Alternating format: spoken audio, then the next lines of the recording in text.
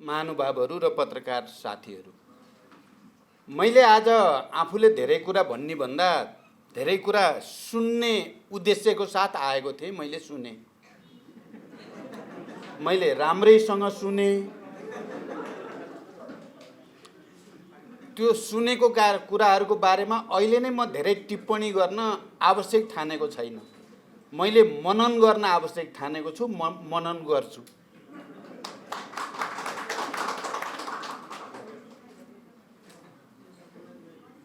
यति भनेपछि मलाई लाग्छ मैले धेरै कुरा भनिसकेँ।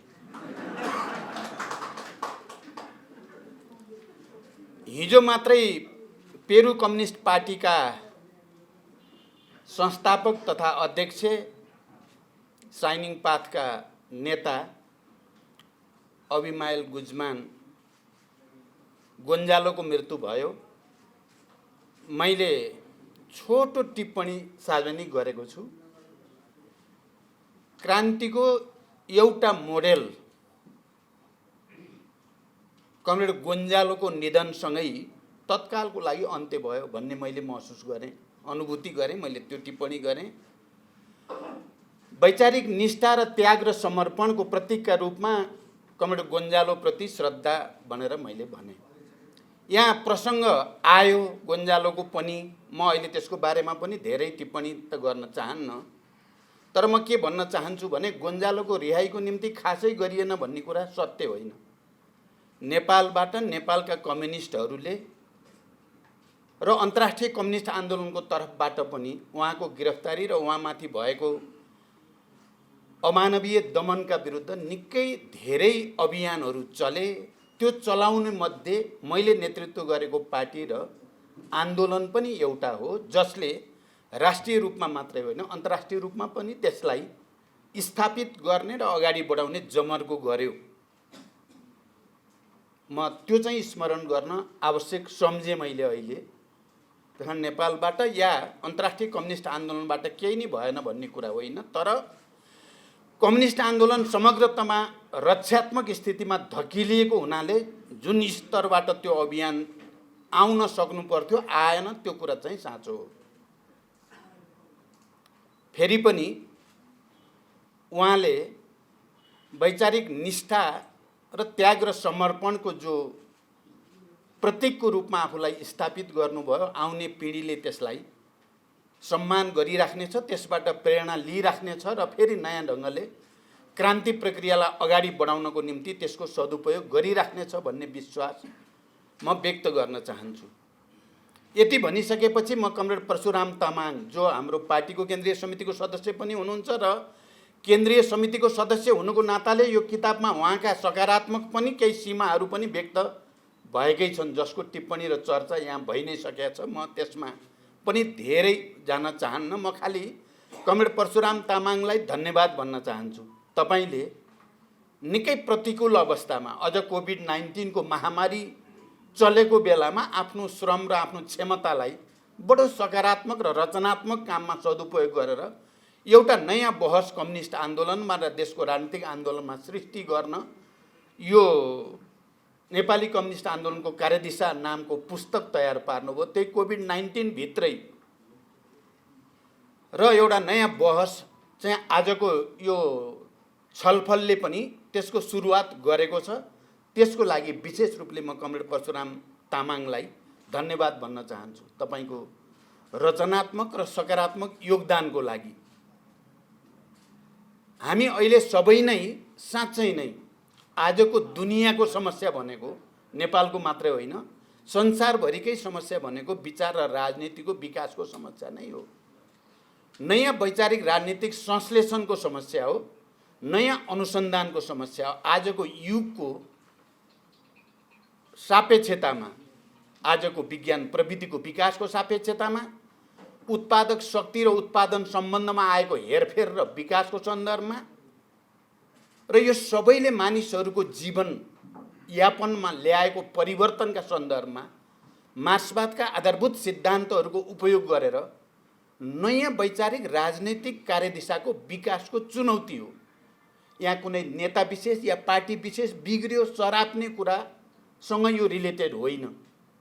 यो संश्लेषण सही छ, के विचार र राजनीतिको विकास नगरिकन अहिलेको विश्वको सापेक्षतामा हामीले क्रान्तिको नयाँ रणनीति र कार्यनीतिको विकास नगरिकन अहिले देखा परेका समस्याहरूको स्थायी र दीर्घकालीन समाधान हामीले थाहै त गर्नै सकिँदैन, दीर्घकालीन र रणनीतिक समाधान गर्न सकिँदैन। त्यसकारण यो कुरा सत्य हो, विचार र राजनीतिको क्षेत्रमा हामीले सबभन्दा पहिला आजका चुनौतीहरूको सामना गर्ने गरी अबको समाजवादको अर्थतन्त्र कस्तो हुने, अर्थनीति कस्तो हुने, अबको समाजवादको राजनीति कस्तो हुने, अबको समाजवादको सांस्कृतिक नीति आचार व्यवहार कस्तो हुने भन्ने बारेमा एउटा सुव्यवस्थित वस्तुवादी वैज्ञानिक संश्लेषण आजको आवश्यकता हो। मलाई लाग्छ तपाईहरुले मोटामोटी थाहा पाइराख्नु भएको छ, अहिले नेपाली कम्युनिस्ट आन्दोलनले यही चुनौतीको सामना गरिरहेको छ। हरेक पार्टीहरू समूहहरू सबैभित्र केही न केही समस्याहरू छन् भने ती समस्याहरूको केन्द्रबिन्दुमा वैचारिक राजनीतिक नयाँ संश्लेषणको आवश्यकता, त्यो चुनौतीको सामना नहुनु नै समस्याको चुरो हो। र हामीले अहिले हाम्रो पार्टीको तर्फबाट मुख्य रूपमा यही विषयमा केन्द्रित भएर राष्ट्रिय रूपमा पनि बहस चलाउने, अन्तर्राष्ट्रिय बहस पनि चलाउने, हामीले अन्तर्राष्ट्रिय कम्युनिस्ट आन्दोलनको नयाँ सिराबाट अध्ययन अनुसन्धान सुरु गर्ने, हामी मात्रै होइन अरू विभिन्न देशका कम्युनिस्ट आन्दोलनका सकार र नकार दुवैतिरका अनुभवहरूको फेरि एकचोटि अध्ययन अनुसन्धान गर्ने, बहसको प्रक्रियाबाट गुज्रिने र एउटा नयाँ संश्लेषणमा पुग्ने, यो आवश्यकता नै आजको आवश्यकता भएर हामी केन्द्रित रूपमा त्यही काममा लागेका छौँ। मलाई लाग्छ कमरेड परशुराम तामाङले नेपाली कम्युनिस्ट आन्दोलनको कार्यदिशाबारे यो किताब लेख्दै गर्दा, यसको बारेमा परिचर्चा गर्दै गर्दा हामीभित्र चलेको छलफल बहसलाई पनि उहाँले त्यहाँ कहीँ न कहीँ सम्बोधन गर्नुभएको छ। त्यो जुन स्वाभाविक कुरा हो, त्यो हुन्छ नै। जे बहस उहाँ समेत संलग्न पार्टीभित्र भइराखेको छ, त्यो बहसको छाप किताबमा आउनु बिल्कुल स्वाभाविक हो, आएको छ। मैले सरसर्ती यसलाई हेर्दा म खुसी छु। उहाँले हामीले जे आवश्यकता महसुस गरेको पार्टीमा र जतापट्टिबाट नेपाली कम्युनिस्ट आन्दोलनको नयाँ संश्लेषणको आवश्यकता छ भनेर हामीले भनेको, त्यतैपट्टि परिलक्षित गरेर उहाँले यो किताब तयार पार्नु भएको छ। यो हरेकको लागि पठनीय छ। अहिले सबै बहसकर्ताको लागि, अध्ययन अनुसन्धानकर्ताहरूको लागि संक्षिप्तमा तर समग्र चिजहरूलाई बुझ्न सकिने गरी एउटा ऐना जस्तो विश्व कम्युनिस्ट आन्दोलनको पनि, नेपाली कम्युनिस्ट आन्दोलनको पनि, वर्ग सङ्घर्षको पनि, जातीय राष्ट्रिय मुक्ति आन्दोलनको पनि केही झलक उहाँले यो किताबमा यसरी राख्नु भएको छ। सबैले त्यसलाई पढ्नुपर्ने, त्यसलाई स्मरण गर्नुपर्ने, त्यसलाई फेरि एकचोटि नयाँ सिराबाट डिबेट गर्नुपर्ने रूपमा उहाँले राख्नु भएको मैले महसुस गरेको छु। त्यसकारण पनि यो अहिले वैचारिक बहस र वैचारिक प्रश्नमा अलि खडेरी परेको जस्तो परिस्थितिमा उहाँले यो किताब तयार पारेर फेरि सबैलाई ब्रेन स्टोर्मिङ भन्छ नि, अलिकति दिमागमा चाहिँ नयाँ तरङ्गहरू पैदा गर्ने जमर्को गर्नुभएको छ र त्यसमा उहाँ मूलभूत रूपमा सफल हुनुहुन्छ भन्ने मैले ठानेको छु। हामीले मार्क्सवादको विकासको सन्दर्भमा कुरा गर्दा दुईटा धार र प्रवृत्ति चाहिँ सुरुदेखि नै देखा परे। एउटा मार्क्सवादले अनुसन्धान गरेको द्वन्द्वात्मक तथा ऐतिहासिक भौतिकवाद या वैज्ञानिक समाजवाद जसलाई भनिएको छ, त्यसका बारेमा विकसित गरिएका आधारभूत सिद्धान्तहरूलाई स्वीकार गर्ने, त्यसको कन्ट्रिब्युसन, त्यसले मानव जातिको सङ्घर्षमा, भनौँ श्रमजीवीहरूको सङ्घर्षमा योगदान गर्ने कुरालाई स्वीकार गर्ने र त्यसमा टेकेर परिस्थितिमा आउने परिवर्तनसँगै त्यसका आधारभूत सिद्धान्तहरूलाई समेत विकसित र परिमार्जन गर्दै जाने एउटा प्रवृत्ति देखियो। अर्को प्रवृत्ति चाहिँ परिस्थितिमा आएको फेरबदललाई देखाउँदै मार्क्सवादका आधारभूत सिद्धान्तहरूमाथि नै आक्रमण गर्ने, त्यसका योगदानहरूलाई नै अवमूल्यन गर्ने, अपमानित गर्ने र अब हामीले विकास गरेको कुरा नै सबभन्दा सही छ भनेर मार्क्सवादका आधारभूत कुराहरूलाई इन्कार गर्ने प्रवृत्ति, यो दुईटा प्रवृत्ति मार्क्सकै पालादेखि, मार्क्स एङ्गेल्सकै पालादेखि समाजवादी आन्दोलनमा देखा पर्दै आएको प्रवृत्ति हो। पहिलो अन्तर्राष्ट्रियको गठन र त्यसको विघटनको सन्दर्भमा चलेको बहस हेरे पनि, दोस्रो अन्तर्राष्ट्रियको गठन र विघटनको सन्दर्भमा गरे पनि, भौतिकवाद र अनुभवसिद्ध आलोचना भनेर लेनिनको समयमा आउँदा दार्शनिक ढङ्गले गरिएको नयाँ संश्लेषण, त्यति बेलासम्म अक्टोबर समाजवादी क्रान्तिको ठिक पूर्व सन्ध्यामा विश्वमा भएको विज्ञानको विकासको संश्लेषणदेखि भौतिक विज्ञानमा के कति परिवर्तन आयो, रासायनिक विज्ञानमा के आयो, त्यसको सामाजिक विज्ञानमा के इम्प्याक्ट पर्छ भन्ने बारेमा भौतिकवाद र अनुभवसिद्ध आलोचना भन्ने पुस्तक लेख्दै गर्दा लेनिनले भनेको कुरालाई मैले धेरै ठाउँमा कोट गर्ने गरेको छु। उहाँले भन्नुभयो, धेरै मानिसहरूले धेरै पटक भने मार्क्सवाद पुरानो भयो, अब त्यसले अबको युगको नेतृत्व गर्न सक्दैन, वैचारिक नेतृत्व गर्न सक्दैन भनेर भने र त्यसलाई संशोधन गर्ने जमर्को गरे। 1000 पटक भन्नुभएको छ उहाँले, त्यो त एउटा प्रतीकात्मक अर्थमा भनिएको कुरा हो। 1000 पटक अब यो पुरानो भयो भने र 1000 पटक नै मार्क्सवादी क्रान्तिकारीहरूले त्यसको खण्डन गरे, क्रान्तिकारीहरूले त्यसको खण्डन गरे र के साबित गरे भने मार्क्सवाद पुरानो भएको छैन, क्रान्तिको आवश्यकता अहिले पनि त्यसरी नै छ र वैज्ञानिक समाजवादका आधारभूत सिद्धान्तहरू अहिले पनि सही छन् भनेर प्रमाणित गरे। अहिले 1001 पटक फेरि संशोधनवादीहरूले मार्क्सवादका मूलभूत सिद्धान्तहरूलाई तोडमोड गर्ने र संशोधन गर्ने कोसिस गरेका छन्। म 1001 पटक त्यसको खण्डन गर्न बसेको छु भनेर भन्नुभएको थियो। मित्रहरू, यो विषय आफैमा धेरै महत्त्वपूर्ण छ। चाहे युरो कम्युनिजमको सन्दर्भको कुरा गरौँ या हाम्रै कम्युनिस्ट आन्दोलनमा धेरै विद्वानहरू, सबभन्दा धेरै पढेको ठान्ने विद्वानहरू अब मार्क्सवादले, कम्युनिस्ट आन्दोलनले अब अगाडि जान सक्दैन, हामीले नयाँ खोजी गर्नुपर्छ भनेको तपाईँ हामीले अझै देखिरहेकै छौँ नि। नयाँ खोजी गर्ने रे, बडो नयाँ मार्क्सवाद बनाउने रे, अर्कै केही, यति धेरै महान कि मार्क्स लेनिन माओ भन्दा पनि अलि माथि नै आफूलाई राख्ने रे र हामीलाई भन्ने तिमीहरू चाहिँ गँवार छौ, तिमीहरू गँवार छौ, तिमीहरूले बुझ्दैनौ, तिमीहरूले क्रान्ति के हो भन्ने बुझेका छैनौ, तिमीहरूले जे गर्यौ त्यो बडो मूर्खतापूर्ण काम गर्यौ, कुनै गतिलो तिमीहरूले गरे होइन भनिएको छ र कम्युनिस्ट पार्टी अब त्यसको औचित्य सिद्धियो भनेर हामीलाई बुझाउन खोजिएको छ र हामीले त्यसको खण्डन गरेका छौँ, सकी नसकी। यो सत्य होइन, मार्क्सवाद पुरानो भन्ने कुरा सत्य होइन, त्यो विज्ञान हो। त्यसलाई समय सापेक्ष विकसित र परिमार्जित गर्नुपर्छ भन्ने कुरा सत्य हो।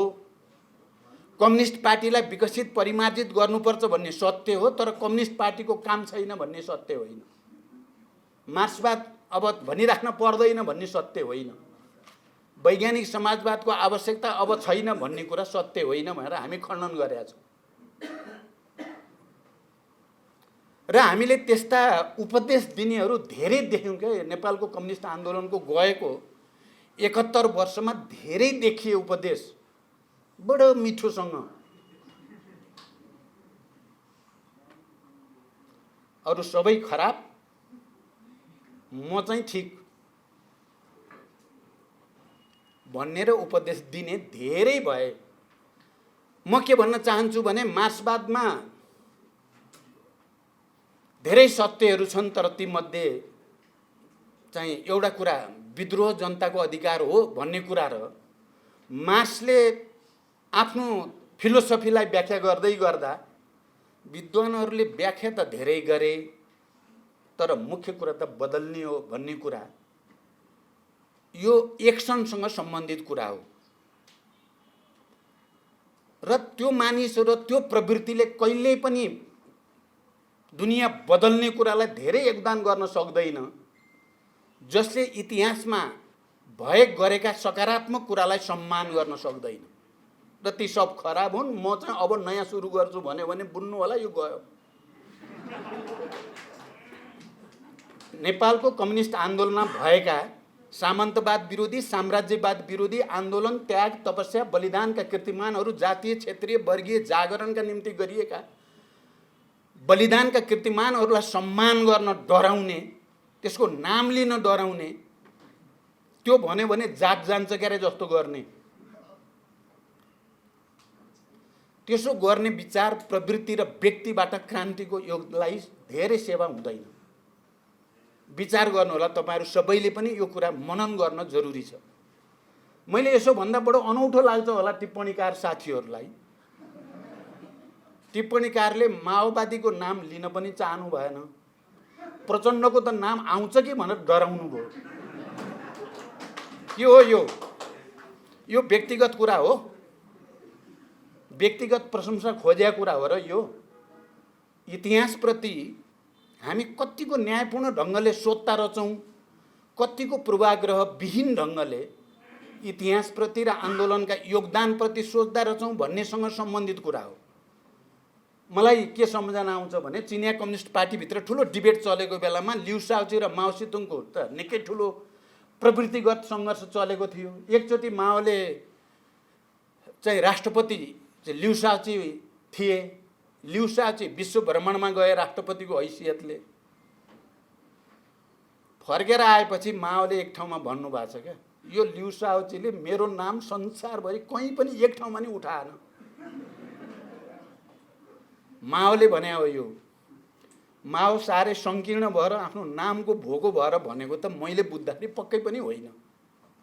माओको नाम लिउ साओचीले किन उठाएनन् त विश्वभरि त्यत्रो भ्रमणमा जाँदा कहीँ पनि, जबकि चिनिया क्रान्तिमा माओ सेतुङको योगदान विश्वले मानेको कुरा थियो। फेरि माओले मेरो नाम नलिएको हुनाले व्यक्तिगत रिस गरे त पक्कै पनि होइन होला। तर मलाई यहाँ बसेर सुन्दै गर्दा साथीहरूभित्र कति धेरै आग्रह र पूर्वाग्रहले घर गरे रहेछ त। हिजो त हामी सँगै बसेर बडो मिठा छलफल गरेकै हौँ हामीले। यही टिप्पणीकार साथीहरूले तपाईसितै छ है हाम्रो आशा पनि भन्नुभएकै हो अस्ति भर्खरै। आज नाम लिन यति गाह्रो किन पर्यो? अहिले गल्ती छ भने ठिक छ, आत्मालोचना गर्ने, आत्मसमीक्षा गर्ने। म आफै भनिरहेको छु दुनियाँको अगाडि, गम्भीर आत्मसमीक्षा जरुरी छ, नयाँ विचार संश्लेषण जरुरी छ। तर साथीहरू चाहिँ भित्र यो स्तरको पूर्वाग्रह या भनौँ आग्रह भनौँ या निषेध या कुण्ठा के हो यो म अहिले यही त भन्न सक्दिनँ। तर यति त भन्न सक्छु यो सही होइन। इतिहासमा भएका कुराहरूलाई कमसेकम परशुराम तामाङले यो किताबमा सबैको बारेमा उल्लेख त गर्नुभएको छ। नगरे पनि उनीलाई गर्नुभएको छ, कोही बेला मलाई चित्त त बुझेको छ। नगरे पनि उनीलाई पनि गर्नुभएको छ क्या, धेरै महत्त्व दिएर। गरे उनीलाई त उहाँ छुटाउनु भएकै छैन भने यो किताबको प्रशंसा गर्दै गर्दा हामीले यो पनि सिक्न पर्ने हो कि हामी यही छौँ, एउटै मञ्चमा बसिरहेका छौँ, हामी एउटै आन्दोलनका हौँ। फेरि तपाईँहरूले हेर्नुभयो भने संश्लेषण एउटै देखिन्छ। फेरि चुनौती भनेको विचार राजनीतिक संश्लेषण नै हो। नयाँ संश्लेषण बिना अब क्रान्ति प्रक्रियालाई नयाँ ढङ्गले अगाडि लान सकिँदैन। हामी त सबै सँगै बसेर बहस गर्दा पो छिटो होला त। आलोचना पनि, समीक्षा पनि, आत्मालोचना पनि हामी सँगै बसेर गर्दा जति सजिलोसँग जाला। फेरि कम्युनिस्ट आन्दोलनभित्र चल्ने सङ्घर्ष, विचारको सङ्घर्ष, राजनीतिक सङ्घर्ष सबै पनि कुनै न कुनै रूपमा समाज बाहिर के अरे पार्टी बाहिर चल्ने वर्ग सङ्घर्षकै प्रतिबिम्ब हो भन्ने त हामी सबैले पढेका छौँ, बुझेका छौँ, त्यसलाई आत्मसात पनि गरेका छौँ। नेपालमा नेपाल कम्युनिस्ट पार्टी नेकपा बनाइयो। बनाउनुको पछाडि एउटा सपना थियो, एउटा मिसन त थियो कि अहिलेको परिस्थितिमा एउटा नयाँ बहस सृष्टि गर्ने र समाजवादको आधार निर्माण गर्न एउटा ठुलो प्रयोगमा जाने जोखिम उठाएको पनि हो। त्यो नराम्रो मात्रै हो त त्यो भित्र नराम्रै उद्देश्य र नराम्रो विचारले मात्रै काम गरेको थियो त। यो त पहिलो कुरा भयो। त्यसको दस्तावेज विधान र त्यहाँ भएका सहमतिहरूको गहिरो अध्ययन नगरिकन कसैले अहिले 3 टुक्रा भयो त्यसकारण गलत थियो भन्यो भने यति यान्त्रिक र अवस्तुवादी विश्लेषण पनि सही हुँदैन। त्यसले ठिक ठाउँमा हामीलाई कसैलाई पनि लाँदैन। त्यहाँभित्र पनि एउटा मिसन थियो, एउटा उद्देश्य थियो। त्यहाँभित्र कस्तो बहस चल्यो, कस्तो सङ्घर्ष चल्यो र के भयो भन्ने एउटा त यसको आन्तरिक वैचारिक राजनैतिक साङ्गठनिक दृष्टिकोण र त्यसमा भएका सीमाहरूको समीक्षा जरुरी छ। अर्को यो प्रक्रियामा प्रतिक्रियावादीहरूले गरेका षड्यन्त्रहरूको समीक्षा र खेलेका भूमिकाहरूको समीक्षा पनि जरुरी छ। वर्ग सङ्घर्षको दृष्टिकोणले र अन्तर सङ्घर्षको दृष्टिकोणले दुवैतिरबाट हेर्न जरुरी छ। एकातिरबाट मात्रै हेरेर बडो सरलीकृत ढङ्गले ड्याङ्ग भनिदिने कि गलत भयो मात्रै होइन। यो पनि एउटा ठुलो प्रयोग थियो नेपाली कम्युनिस्ट आन्दोलनको धेरै प्रयोगहरूमध्ये। मलाई अस्ति चाहिँ यो 5 दलीय गठबन्धनको एउटा बैठकमा बडो गम्भीरतापूर्वक सोधियो मैलाई ताकेर सबै नेताहरूले, तपाईँले के पाउनुभयो केपी ओलीसँग पार्टी एकता गरेर भन्नुभयो क्या उहाँहरूले। अब त्यसको छोटो जवाफ त बडो गाह्रो छ हेर्नु। त्यहाँभित्र धेरै कथा छन्, धेरै व्यथाहरू छन्। त्यो सबै त्यहाँ अब 2-4 घन्टा लगाएर व्याख्या गर्ने कुरा नै भएन। अब मेरो दिमागमा मैले छोटोसँग भने मैले ज्ञान प्राप्त गरेर आएँ भने यो ज्ञान सजिलै प्राप्त गर्ने कुरा थिएन। केपी ओलीसँग एकता गरेपछि मात्रै प्राप्त हुन्थ्यो। मैले ज्ञान लिएर आएँ। अब यो ज्ञानलाई सदुपयोग गर्नुहुन्छ तपाईँहरू सबैलाई फाइदा हुन्छ। प्रचण्डले ज्ञान प्राप्त गरेर आएछ, अब गठबन्धन बन्ने भयो, केपी ओली हट्ने भयो, तपाईँहरूको सरकार बन्ने भयो यो प्रचण्डको ज्ञानले गर्दा। अब उपयोग गर्नुहुन्न भने हुँदैन, केपी ओली नै रहिरहेको छ। त्यसकारण क्रान्ति त अघि यहाँ भनिए जस्तै विश्वभरि नै धक्का खाएको हो नि, नेपालमा मात्रै। बरु नेपालमा त अझै हामी सबैले भन्दैछौँ हामी गर्छौँ वैज्ञानिक समाजवाद, हामी ल्याइ छाड्छौँ, हाम्रो जमिन उर्वर छ कम्युनिस्ट आन्दोलनको लागि, क्रान्तिको लागि भनिरहेका छौँ हामीले। यति भन्ने हैसियत अरू धेरै देशमा गइसक्यो छैन। म 10 वर्षको जनयुद्धको पनि नेता, सैनिक कमान्डर पनि, पार्टी अध्यक्ष पनि र एउटा विचार रणनीतिक कार्यनीतिको श्रृङ्खला बनाउनेमा भूमिका खेल्ने मुख्य मान्छे पनि। मैले गोन्जालोको क्रान्ति बडो चाहिँ राम्रोसँग उभारमा गएको बेला र त्यसबाट नेपालले सिक्नुपर्ने कुराको बारेको अध्येता पनि हुँ म। र गोन्जालो गिरफ्तार भएपछि विश्वभरि कम्युनिस्ट आन्दोलनमा भएको क्षति र बहसको प्रत्यक्षदर्शी पनि हो म। अब मेरो अनुभवबाट तपाईँहरू सबैले केही लिनेतिर सोध्नुहुन्छ कि अब गाली गरेर सक्दिउँ प्रचण्डलाई भन्नेतिर हो, सिद्ध्याइदिउँ भन्ने हो भने ठिकै छ। होइन, यो एउटा अनुभव हो है। नेपालको राजनीतिक परिवर्तनको, नेपाली क्रान्ति प्रक्रियाको, नेपालमा मार्क्सवाद विकासको र प्रयोगको यो एउटा विशिष्ट अनुभव हो। यो अनुभवलाई ठिक ढङ्गले संश्लेषण गर्नुपर्छ भनेपछि त्यो सबैको लागि त्यो सम्पत्ति हुन सक्छ। यो साँचो कुरा हो। मान्छे सधैँ त कोही नै बाँच्दैन, मर्ने नै हो हामी सबै।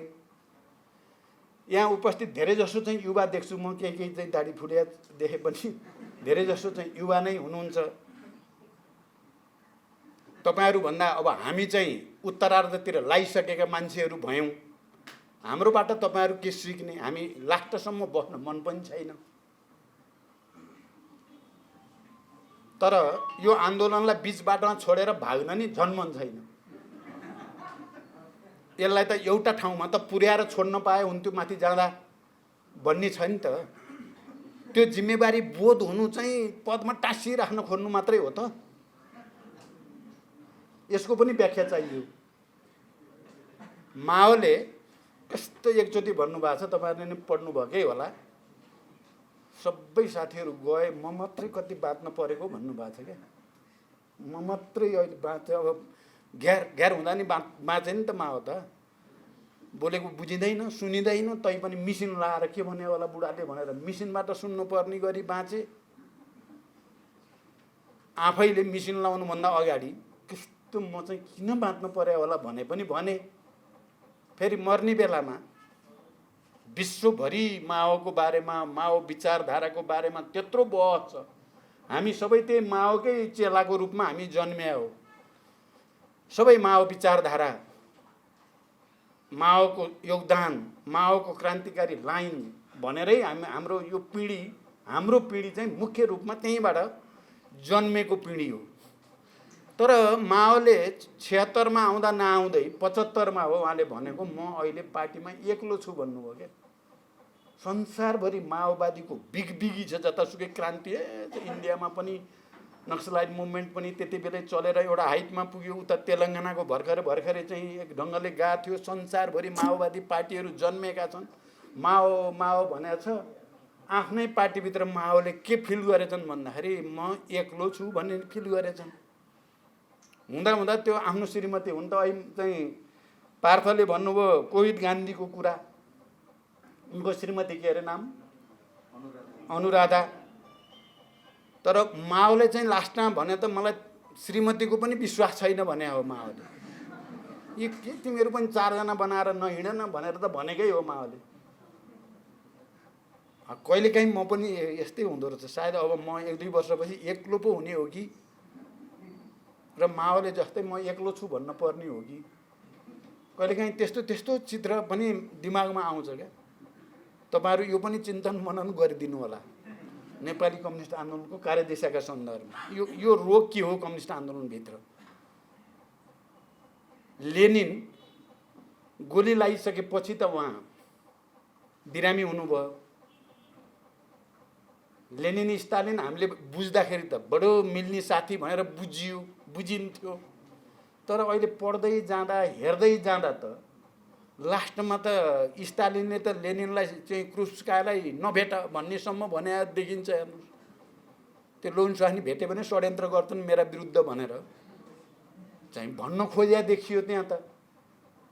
र लेनिनले डेमोक्रेसीको, जनवादको बारेमा गरेको अभ्यास र उनको बुझाइ र अर्को लेनिनको सहयोद्धाको बुझाइमा त धेरै ठुलो फरक रहेछ भन्ने देख्न थालियो। भनेपछि हामी अब अध्ययन अनुसन्धान गर्दा त विहङ्गम ढङ्गले विश्वको फेरि पुनर्समीक्षा नगरी नहुने भयो। हामीले मार्क्सको बेलाको पनि, लेनिनको बेलाको पनि, माओको बेलाको, त्यसपछिको सबै हाम्रो आफ्नै सबभन्दा बढी यो सबैको अध्ययन अनुसन्धान गरेर एउटा नयाँ संश्लेषणमा पुग्ने आवश्यकता छ। त्यो एक्लैले सकिने कुरो छैन। यो एक्लैले सकिने कुरो छैन। हामी एकै ठाउँमा बसेर यो चिन्ता हुनेहरू जति नयाँ वैचारिक संश्लेषण चाहियो भन्ने सोच राख्ने वैज्ञानिक समाजवादकै मोडेलको खोजी गर्नु छ 21औं शताब्दीमा। 21औं शताब्दीको वैज्ञानिक समाजवादको मोडेल के हुन सक्छ भन्ने चिन्ता गर्नेहरू एक ठाउँमा बस्न जरुरी छ। एक ठाउँमा बसेर बहस गर्न जरुरी छ। त्यसले मात्रै हामीलाई नयाँ संश्लेषणमा पुर्याउँछ र पुग्न सकिन्छ। त्यो प्रयास अहिले फेरि नयाँ सिराबाट सुरु हुँदैछ। मैले बुझ्दा चाहिँ अहिले पार्टी विभाजित भए,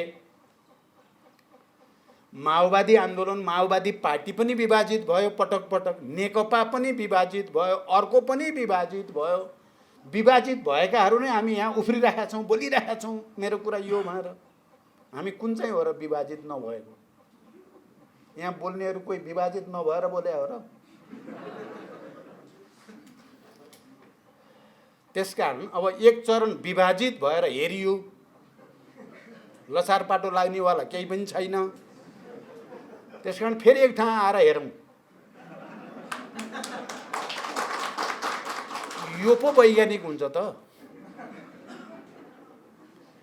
त्यसकारण नेपाली कम्युनिस्ट आन्दोलनको कार्यदिशा परशुरामजीले एउटा नयाँ डिबेट सुरु गर्नको लागि जो सहयोग गर्नुभयो, हामी सबैलाई पनि त्यसले सकारात्मक बहस सृष्टि गर्न सद्बुद्धि दियोस् भन्ने कामनासहित मैले केही कुरा अलिअलि पीडा जस्तो पनि, केही कुरा विचार जस्तो पनि, केही कुरा डिबेट जस्तो पनि तपाईँहरूको अगाडि राखेँ। चिन्तन गरिदिनु होला, आलोचना गर्नु होला, समर्थन गर्नु होला।